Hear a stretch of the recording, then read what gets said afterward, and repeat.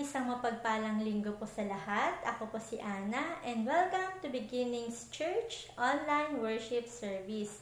I want to share po that this year, our church's prayer focus is for the family. We started to pray for the parents, specifically po for the fathers, then to moms, to children, and to the extended families as well. We have this faith po that Jesus would be the center of each one's family. Amen po ba? Lahat po tayo, we belong to a family, right? At mas higit pa doon, we belong to the family of God. Mahal po tayo ng Diyos. Sa kanyang salita in 1 John chapter 3 verse 1, it says there that, "See what great love the Father has lavished on us, that we should be called children of God, and that is what we are." May you experience this great love of our Father as you hear His word today. Magandang araw po sa inyong lahat. Binabati po namin kayo sa pangalan ng ating Panginoong Yesus. At sa araw na ito, tayo po ay muling babalik sa kanyang mga salita para ating pag-aralan kung ano ba ang sinasabi sa atin ng Panginoon. Noong nakaraang linggo po, ay pinasimulan natin yung pagtuturo patungkol sa warfare, spiritual warfare. Ang Diyos po kasi, mayroong pakikipagdigma na nangyayari sa mundo at tinatawag niya ang bawat isa sa atin na makiisa sa Kanya sa Kanyang pakikipagbaka. At sabi ng Panginoon na dapat isuot natin ang Kanyang kasuotan.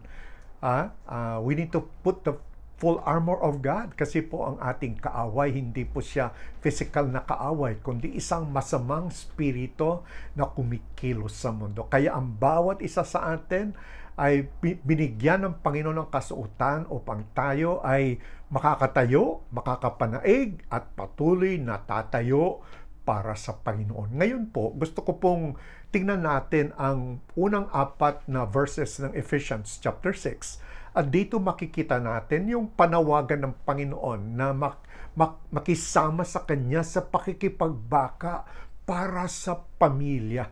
Ang pamilya po ay napakahalaga sa mga layunin ng Panginoon. Kasi po sa Genesis nakita natin na ang isa sa mga unang ginawa ng Panginoon pagkatapos na lalagin niya ang mundo ay ang pagtatag ng pamilya.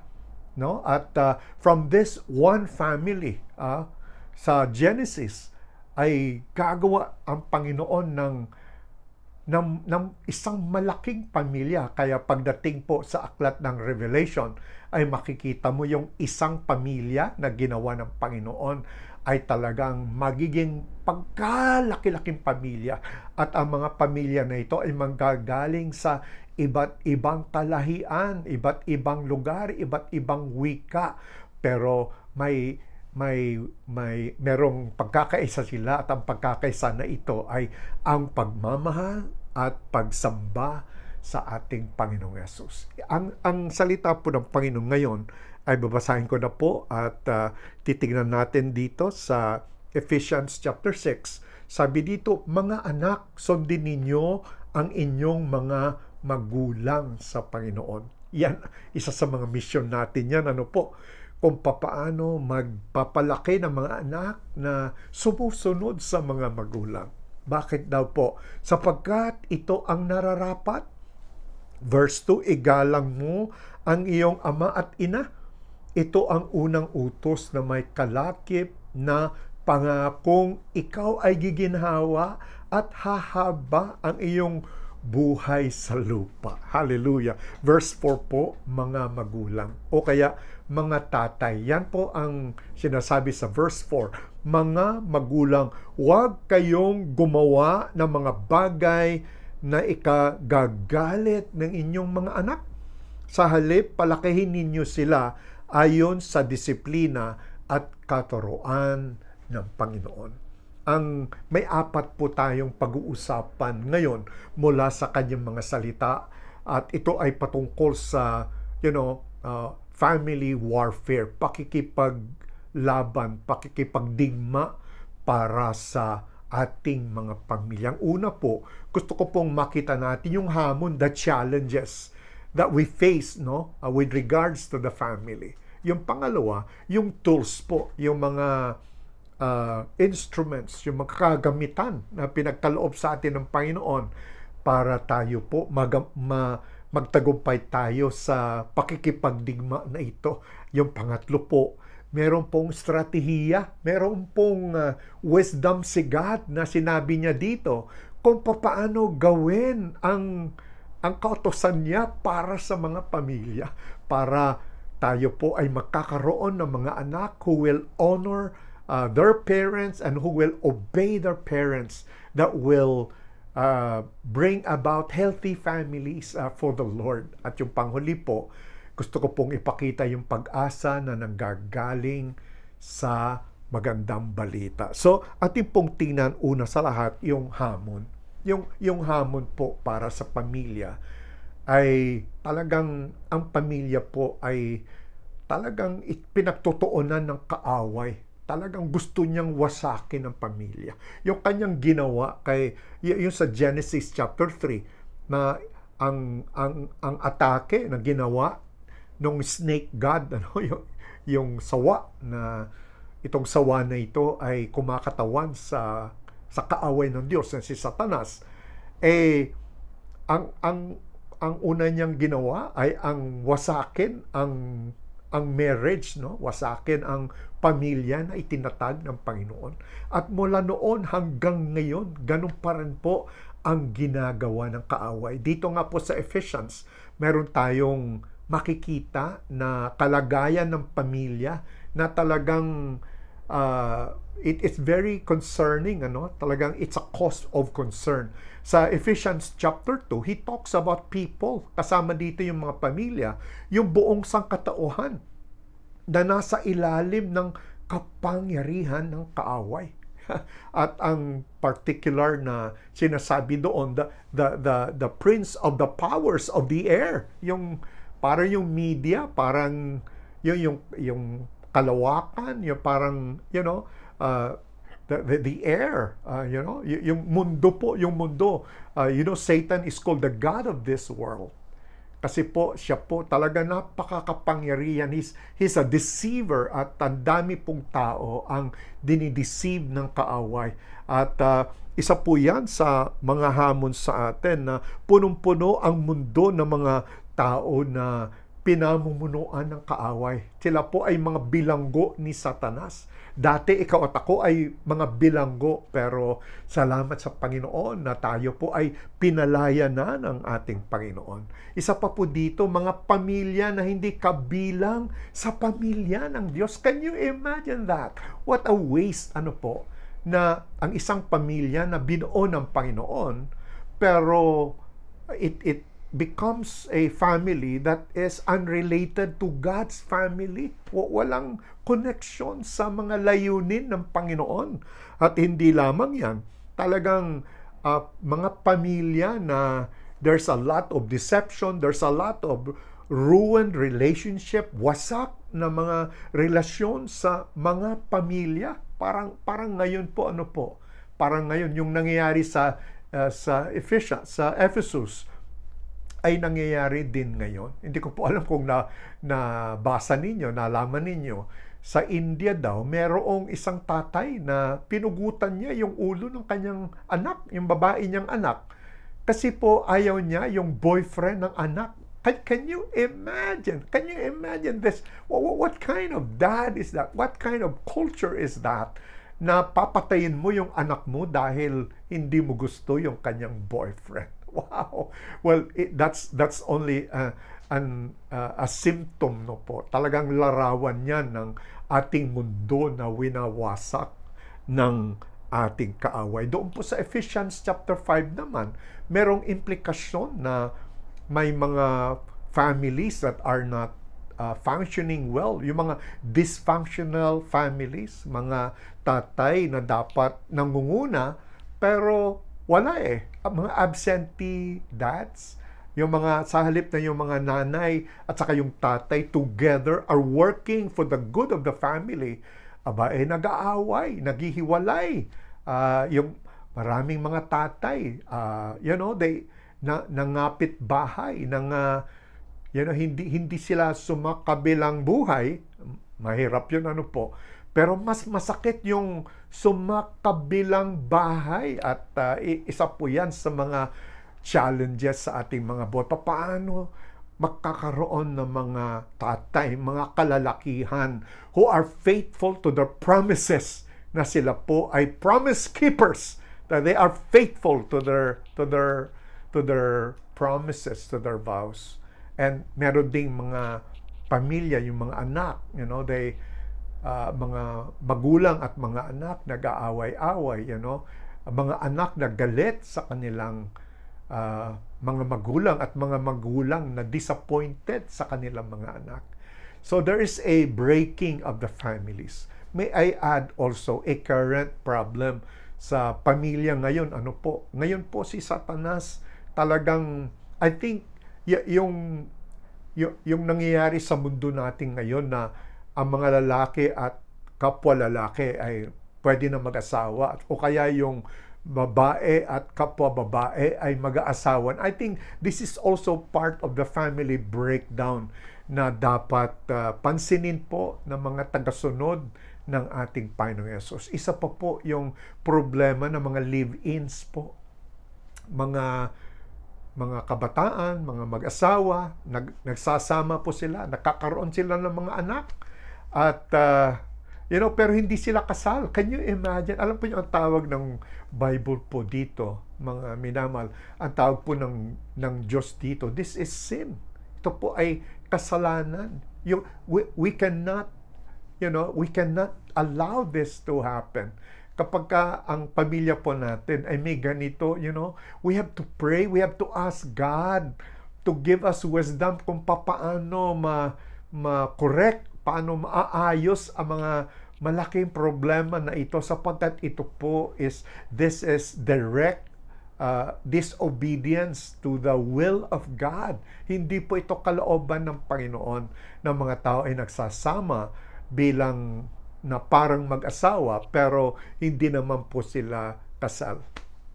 So, this is the challenge. So, there is a big problem in the family. Pero alam po ninyo, bahagi ng challenge na gusto kong ipakita sa atin, yung namang maganda, there is bad news, but there's also a good news to the family. Ang napakagandang sinasabi sa atin ng Panginoon sa Ephesians ay, yes, the family is in big trouble, pero part of the cure, part of the solution, bahagi ng katugunan para maayos ang pamilya, para magtagumpay ang layunin ng Diyos para sa mga pamilya ay mga pamilya din. Ang mga magulang na kumikilala kay Jesus, mga magulang na lumalapit sa Panginoon para ayusin niya ang kanilang mga buhay. Ito po ay bahagi sa solusyon na gustong gawin ng Panginoon. Alam po ninyo, sa Mark chapter 3, Sa Mark chapter 3, gusto ko makita natin ito. Mark chapter 3, verse 27, may isang larawang ipinakita si Jesus. Pagkaganda-gandang larawan ito, sabi niya, si Satanas daw ay parang may-ari ng isang malaking bahay, at ang tawag kay Satanas is the strong man. Talaga ang dami niyang ninakaw, ang dami niyang ang dami niyang nakulimbat na mga ari-arian, at ang mga ito ay kanyang itinago, nilagay niya sa loob ng kanyang malaking bahay. Pero sabi ni Jesus, merong isang mas makapangyarihan na lalaki na dumating, at ang kanyang ginawa, ginapos po niya itong strongman na ito. At sabi niya, pagkagapos ng strongman na ito ay kinakailang i-retrieve, kailang bawiin ang mga ninakaw ng kaaway. Kasi ang mga ito hindi niya pag-aari, ang mga ito ay pag-aari para sa Panginoon yan.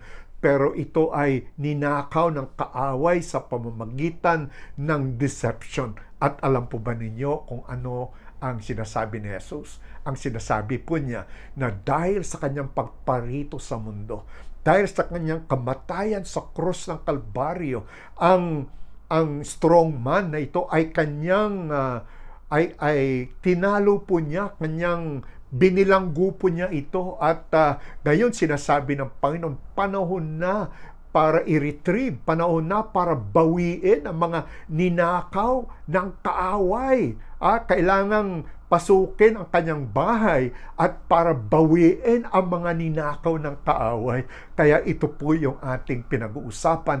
Isa sa mga ninakaw ng kaaway na dapat mabawi ay yung mga pamilya para sa Panginoon, mga anak para sa Panginoon, mga workplaces para sa Panginoon, mga magulang na mabubuhay ng para sa Panginoon.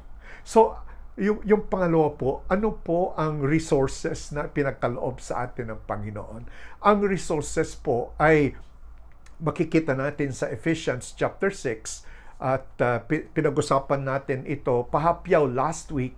And this is the sixth armor of God. Ano po ang tawag po dito is the sword of the Spirit.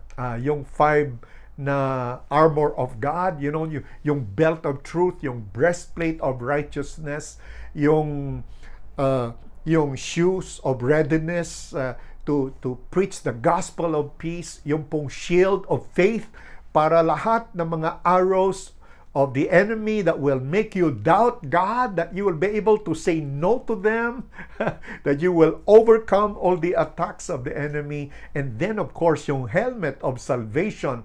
Alam niyo, pagdating sa helmet of salvation, sabi ng Panginoon, tanggapin ninyo ito. Tanggapin ang helmet ng salvation. Kaya, kailangan po tayong lahat, isuot natin ang helmet ng salvation. Kasi po, wala tayong laban sa kaaway kapag hindi po tayo nakasuot ng helmet ng kaligtasan. Yung panghuli po, ito po yung main tool po na ibinigay sa atin ng Panginoon. Ano po? Ito yung pangunahing kagamitan na pinagkaloob sa atin ng Panginoon. At ito po yung sword of the Spirit. Sword of the Spirit. Gusto ko po siya, talagang sandata ng Spirito. Talagang it's a sword. Hindi po siya physical na sword. Hindi po siya material na sword. Ito po ay word, It's the word sword. Talagang ito po ay salitan ng Diyos na ginagamit ng banal na Espiritu Santo at ito ay ginagamit para matupad yung kagustuhan ng Panginoon. God is saying na your main tool is yung word of God, yung salita ng Panginoon na gagamitin mo para ma-retrieve, para mabawi ang mga ninakaw ng kaaway. Kaya lahat po tayo, mga tatay, mga nanay, mga lola, lahat po tayo, lahat ng nakikinig ngayon at tagasunod ni Jesus, I am telling you, God has given us the Word of God para ito ay magamit natin sa pagbawi laban, pagbawi sa mga ninakaw ng kaaway. Alam po niyo sa Ephesians po, ang salita ng Panginoon, ito po ang salita ng Diyos na nagliligtas. Talagang kapag naintindihan at sumampalataya ang isang tao patungkol sa ginawa ni Jesus na kanya binayaran ang ating mga kasalanan at ang sinumang sasampalataya ay mapapalaya mula sa slavery of sin, mula sa pagkabilanggo sa kasalanan, mula sa kapangyarihan ni Satanas. Can you imagine that? Just by hearing and believing the good news of Jesus Christ. Kaya kailangan po natin. And then not only that, sa Ephesians chapter 5, ang sword of the Spirit na ito is also the tool that God uses para mabago, para mapaganda, para mapaayos ang mga buhay natin. Una, sa mga tatay, ito po yung instrument ni God para maayos ang mga buhay natin. At sa mga nanay, ito yung instrumento ni God na gagamitin ng Diyos sa pamamagitan ng mga asawa ninyo. Ginagamit ng Panginoon para i-bless yung mga buhay po natin. Ginagamit ito ng Panginoon para maayos, mapaganda, mapa-beautify. At tayo po ay magiging katulad ni Jesus. Ang kailangan po nga po lang ay we need to learn how to use God's Word. At alam po ninyo, ang isa sa pinakamahalagang bahagi ng resource na ito, the Word of God, God places it into our hands. Kaya I like the word receive na sinasabi ng Panginoon, mga anak, narito ang aking mga salita. At tayo naman, sasabihin natin sa Panginoon, tinatanggap ko ang iyong mga salita. Naniniwala ako sa mga sinasabi mo, tinatanggap ko ito. Baguhin mo ang aking buhay para magamit ko din ang salita mo para matulungan ang iba at lalong-lalo na ang aking pamilya. So that's the tool. And now let me talk to you about the strategy. At paano ba yung paraan? Nakita po natin, yung sa first 3 verses ng Ephesians chapter 6, nakita natin anong klaseng mga anak ang gusto ng Panginoon. At nakita natin na mga anak na obedient, talagang sumusunod sila sa sinasabi ng kanilang mga magulang at susunod din sila sa mga sinasabi ng Diyos. At hindi lamang yan, they will honor their parents. Talagang yung honor, no? Yung honor ay sa kanila, igagalang nila ang kanilang mga magulang. But how do you do this? Paano natin magagawa ito? Ay sinasabi ng salita ng Diyos na ang spirito ng ating kapanahunan ngayon ay mga anak na hindi ginagalang ang mga magulang. Ang ating kapanahunan ngayon ay panahon ng ang mga anak, they want to assert their independence. They want to do whatever they want to do. You know, they don't want to acknowledge any authority in their lives. Kaya, in the world, that is a common thing. But God is saying, I am creating a new society. I am creating a new humanity. At dito sa bagong sangkatauhan na ito ay ang mga anak ay ibang klase. Mga anak who lives with honor, mga anak na who are obedient to God and their parents. They will obey their parents in the Lord. Hallelujah. And of course, there is the promised blessing. So the question is, so how do we do this? Sa totoo lang po, if you put together the Word of God, we see first of all, on our own, pagsasarili lang natin, hindi po mangyayari ito. Now, we can have obedient children, pero the sense of respect, o kaya, are they going to be serving God? Are they going to build up families also that will serve God? No way, hindi po mangyayari yan. Kaya nga, God gave us una sa lahat. He gave us the sword of the Holy Spirit, the Word of God. At sinasabi ng Panginoon, tanggapin mo ito para, para magagawa mo yung gustong gawin ng Panginoon. Bakit po? Kasi po, ang sinasabi ng Diyos, if we fail, pag hindi po tayo ng tagumpay sa misyon natin, we will raise up angry children. We will raise up discouraged children. We will raise up children who will not give any regard to the older generation. Mga anak na they will not follow our faith. Mga anak na they will just want to live their lives on their own.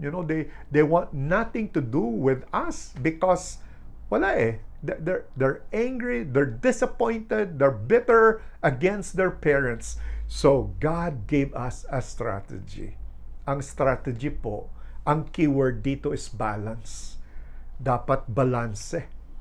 At ang mga elemento po nito, dalawa yung elemento. Ang una ay yung disiplina at saka pagtuturo. Dapat matuto tayo na gamitin ang dalawang bagay na ito.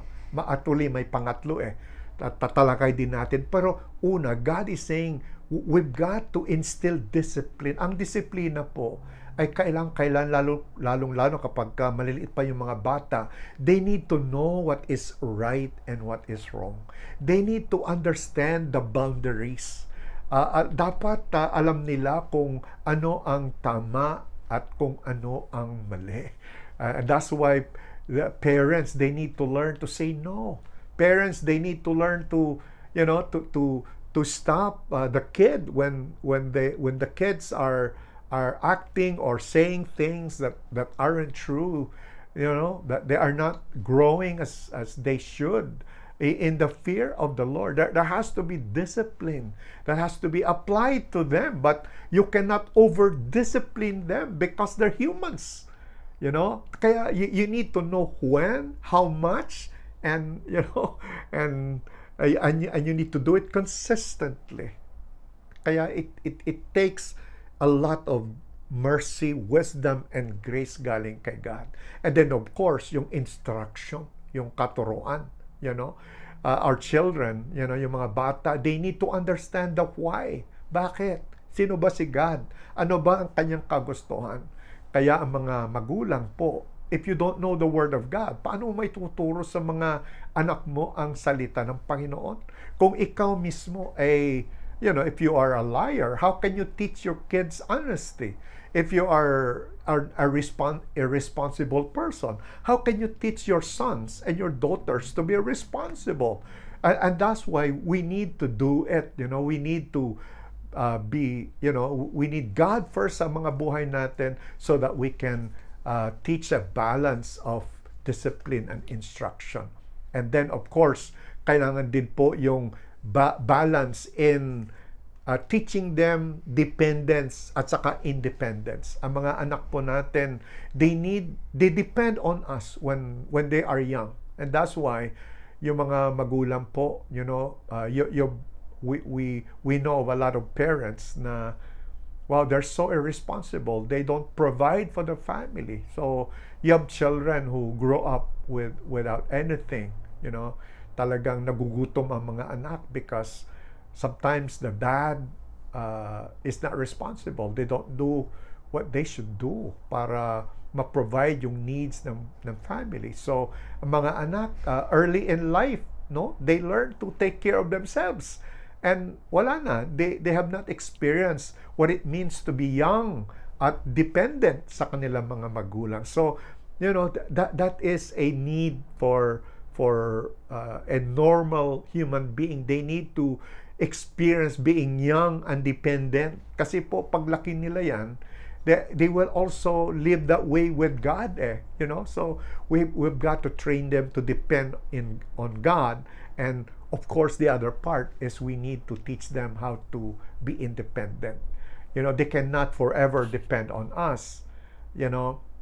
We have to teach them to learn to depend upon the Lord. And how can we do that? Well, leads me to the third thing. They need to hear from us. They need to hear our faith in the Lord. Yung sharing of our testimonies, yung sharing of our lives, yung sharing of the needs of the family and praying together. Alam po niyo, kami ni Emma, some of the most memorable times in our family is when we have challenges, we call in our children, and together we pray. We ask God to provide. We ask God for protection. We ask God for direction. And all those years and all this time, God has shown each of them na ang Diyos nga ay pwede mong maasahan. So this is God's strategy, na there's need for balance of discipline and instruction. There's a need for balance doon sa dependence at saka independence. And there's a need for consistent sharing of God's word to our children. And which leads me to the hope of our families. Ang pag-asa natin ay nakasalalay sa Panginoon. Tayong mga magulang, we can never be perfect. We can never claim na wala tayong pagkukulang. And we can never claim to be self-sufficient. At tayo po, una sa lahat, iniligtas ng Panginoon sa pamamagitan ng kanyang biyaya. Kaya ang pagiging magulang very challenging na at one time, because of Jesus, ikaw ay accepted by God, but on the other side, at the same time, you're still struggling with your own problems. Imagine that, mga tatay na they also have their own challenges, but at the same time, we are called in to raise up these children in the discipline an instruction of the Lord. Kaya kailangan po natin si Jesus sa buhay natin. Yung pangalawa po, at dito ko po tatapusin yung ating pagtuturo, a lot of us na mga magulang, we struggle about discipline. Ang tendency po natin is to over-discipline, and the result is, we raise up children na galit sa atin, or we end up under disciplining, and we fail to raise them up, in discipline and the ways of the Lord. And what is the result? Well, the same result po, mga anak who are not serving God, mga anak who are not raised up healthy in a healthy home, and because of that, they will also be hurting and struggling. And when they get married, they will also hurt their family. Talagang the cycle of disappointment, the cycle of anger, the cycle of frustration just continues. Kaya alam po niyo ang kailangan natin, we need Jesus. Alam niyo, I just love the gospel. Alam po niyo kung bakit? Because I know who I am in Christ.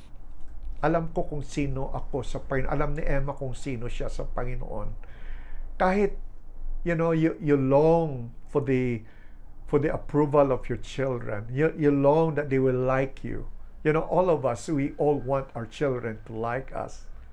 And yet, because we're not dependent on them, we do not depend on them for approval. We don't depend on them for our identity, sapagkat yung approval, yung identity, yung security lies with Jesus. In Christ, you are fully accepted. In Christ, you are never you are never rejected again. In Christ, you are forever saved.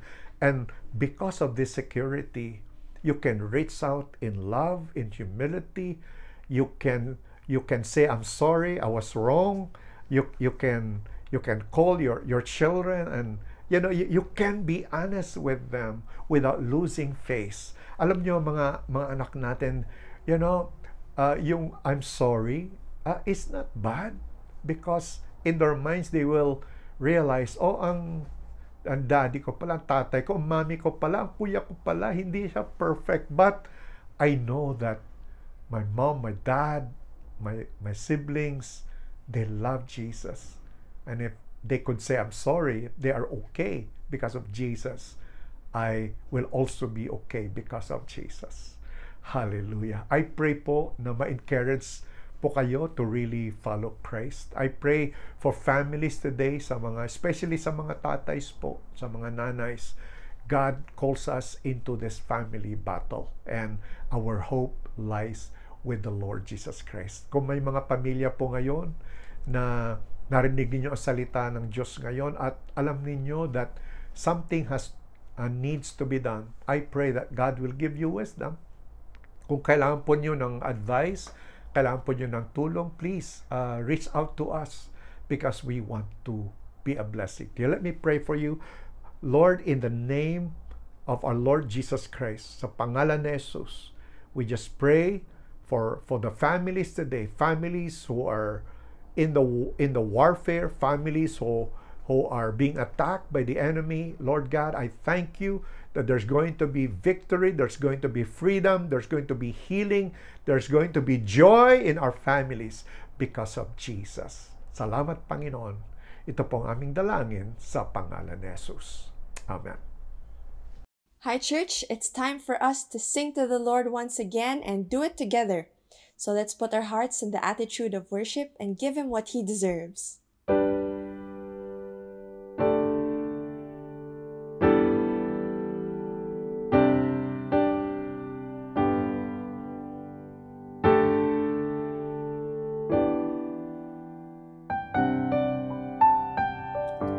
Blessed be your name in the land that is plentiful, where streams of abundance flow. Blessed be your name. Blessed be your name when found in the desert place, though I walk through the wilderness, blessed be your name. Every blessing you pour out, I'll turn back to praise. When the darkness closes in, Lord, still I will say, blessed be the name of the Lord, blessed be your name. Blessed be the name of the Lord, blessed be your glorious name.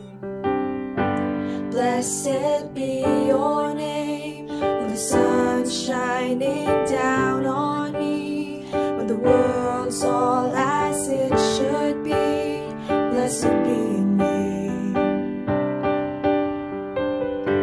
Blessed be your name, on the road marked with suffering, though there's pain in the offering, blessed be your name. Every blessing you pour out, I'll turn back to praise. When the darkness closes in, Lord, still I will say, blessed be the name of the Lord, blessed be your name. Blessed be the name of the Lord, blessed be your glorious name. Blessed be the name of the Lord, blessed be your name. Blessed be the name of the Lord, blessed be your glorious name. You give and take away, you give and take away. My heart will choose to say, Lord, blessed be your name. You give and take away, you give and take away. My heart will choose to say, Lord, blessed be your name. You give and take away, you give and take away. My heart will choose to say, Lord, blessed be your name. Blessed be the name of the Lord, blessed be your name.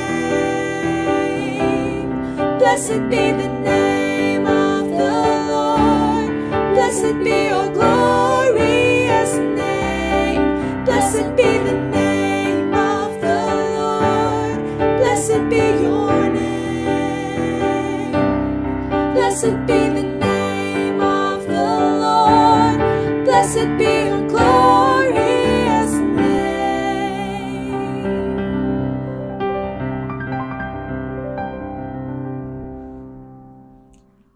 Oh, thank you, Lord.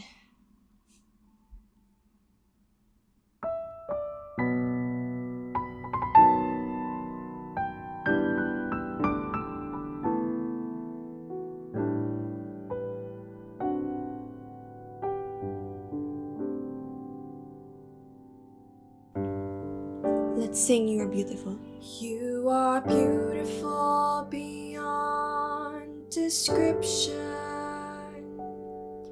too marvelous for words, too wonderful for comprehension, like nothing ever seen or heard.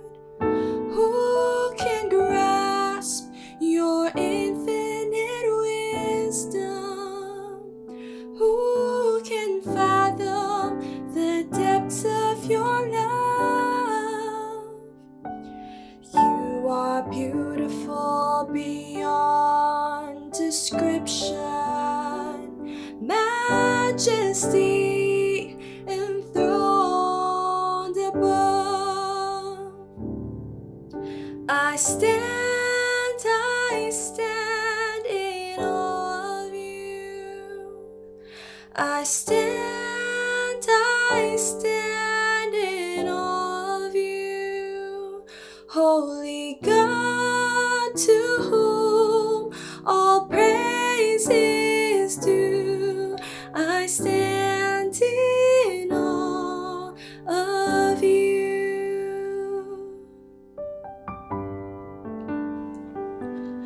You are beautiful beyond description, too marvelous for words, too wonderful for comprehension, like nothing ever seen or heard. Who can grasp your infinite wisdom? Who can fathom the depths of your love? You are beautiful beyond description, majesty enthroned above. I stand in awe of you. I stand in awe of you. I stand in awe of you.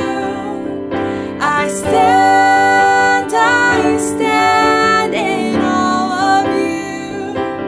Holy God, to whom all praise is due, I stand in awe of you.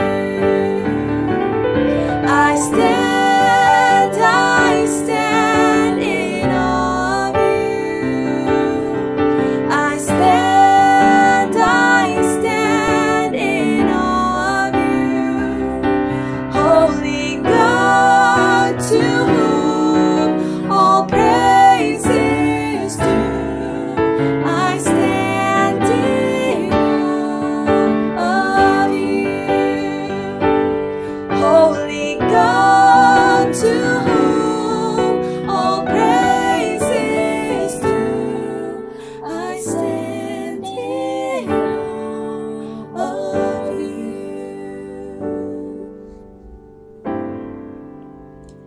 Oh, hallelujah. Lord, indeed, we serve a God that is good, that deserves all of our praise, a God that loves us, and so we give back all the glory, all the honor and praise to you, Lord. And I just pray that, each person would keep you in their mind and in their heart as we face the coming week. And would we bless others as you have blessed us, Lord. In Jesus' name, amen. Have a great week, church. Thank you for joining us today. Dalangin po namin na ang salita ng Diyos ay maitanim sa inyong puso, lumago at ito'y magbunga. Kung meron po kayong mga nais na ipanalangin, or if you need counseling, or if you want to be part in one of our life groups, just leave a comment below or send us a message in our Beginnings Church FB page and we will reach out to you. See you again next week and God bless you.